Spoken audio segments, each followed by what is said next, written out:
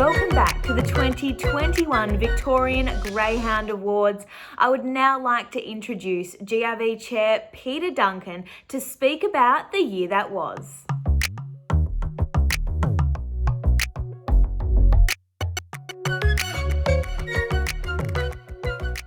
Hello, Peita, and welcome to our virtual Victorian Greyhound Awards after what has been quite an interesting year. It's been a massive year. Who thought we'd be doing virtual again this year? We were all set to go to have a bit of a celebration really after the year that all of the Victorians have been through. But here we are in lockdown again.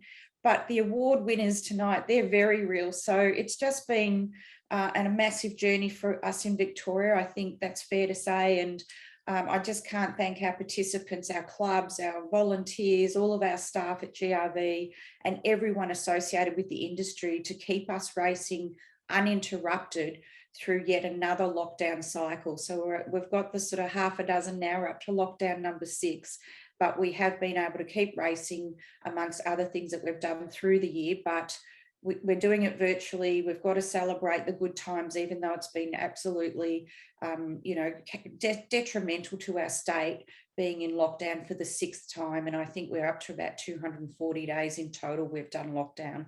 But thank you, everyone. I really appreciate the fact that, you've just kept us on the track and we've just kept racing. What do we have to look forward to? It's been, like you mentioned, a pretty tough couple of years. What do we have to look forward to from now on?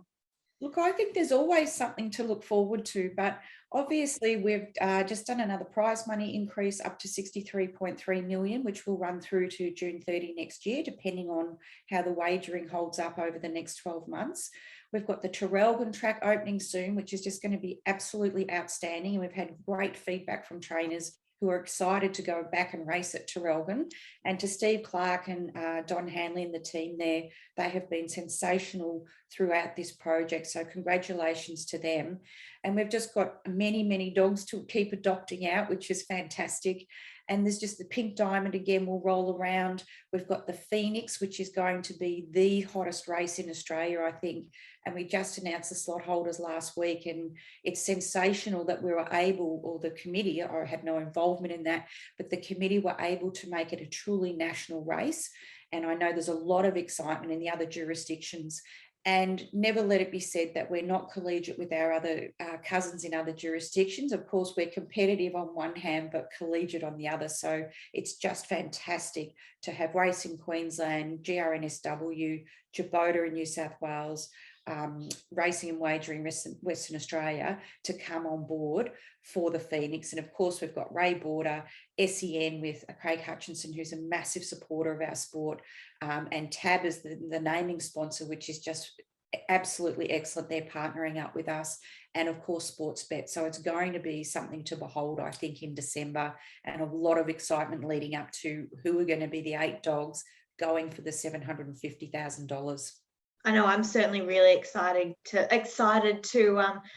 experience and touch on almost the trade talk behind what the Phoenix is going to bring to greyhound racing. But we spoke about the competitiveness that us as Victorians have. What about the competitiveness of some of our best greyhounds? Do you have a favourite dog that's graced our presence in the past 12 months? Look, I don't want to pick favourites because then I'll get 300 texts from people saying, what about my dog? And I don't like to do that. But, there are some highlights, of course. And Shimmer Shine obviously was one of the fastest dogs in Australia prior to retirement, an absolute poster child for our sport, and really showcased the quality of the Victorian dogs we have here. And David Gleeson is just an absolute champion, and really, I'm just delighted he had a dog like that, and he puts a lot of effort into his dogs. Who can forget Tigalong Tonk, always the bridesmaid for Group 1, and then off to Perth he goes, and he finally gets that Group 1, and he's just a consistent and really great dog. And of course, everybody knows my favourite is Tommy Shelby, and for him to come over here and win, the Easter Egg in New South Wales, the Australian Cup, the Hobart 1000, just a phenomenal dog. But not only that, the backstory to what Steve and Kira and the kids and Michael Harders and Jody had to go through to get the dog in and out of different states during COVID, and they just kept going. It's all credit to them, and not to mention the fact that they've donated quite a lot of money through Tommy Shelby to charities, which is just fantastic. And there should be more of that, I think, where owners and connections get together and say, let's give something back to the broader community. But there's so many stars, and there's the up and coming stars now, and we've obviously had Batman break $1 million in prize money last November. So there's too many to tell, but Houdini Boy's another one, like a phenomenal stayer, but too many. But I love them all, but there's a few standouts, as we've just said. So yeah, and I just think good luck to everybody. That's the goal in racing, is to have that special dog. And some trainers and owners are lucky to have them more than once. But it is the sort of aspiration to get to that Melbourne Cup, Hardstyle Rico breaking the track record last year. But to get to that aspirational level of winning a big Group 1 in Victoria, that's pretty hard to do. It's very competitive here, and we don't shy away from that. And so to come here or have our dogs here competing interstate and taking their money and their trophy, I'm always proud of that as a parochial Victorian. But, to win Group 1, it's really difficult, and it's the dream for everybody. There's no doubt about that. And what about any words of encouragement or support for our award winners tonight? We've spoken about how special our greyhounds are, but we've got some pretty great people involved too. Yeah, we absolutely do. The industry is full of so many great people that are willing to give their time, not just to GRV to help us with certain things, but also just to young trainers coming through. They help each other, they all talk to each other and help each other. I think, if you're winning a GRV award, that's the highest recognition you can get, obviously, in the state. And I think you should be really proud of that and, wear that with a little badge of honour. And I'm just delighted for everyone that's winning an award tonight. It's pretty special, and I hope you feel that way as well. And as I said at the start, it's unfortunate we can't be all together. I think we need to have, some time, hopefully soon, where we can all be back together, whether it's on track or for events like the big marquee events as well, but particularly awards night like tonight, to celebrate when everyone's together, they're relaxed and having a good time. And it really, I think, makes the industry proud. It makes us proud at GRV to be able to host these awards because it's important to celebrate and acknowledge people in our sport.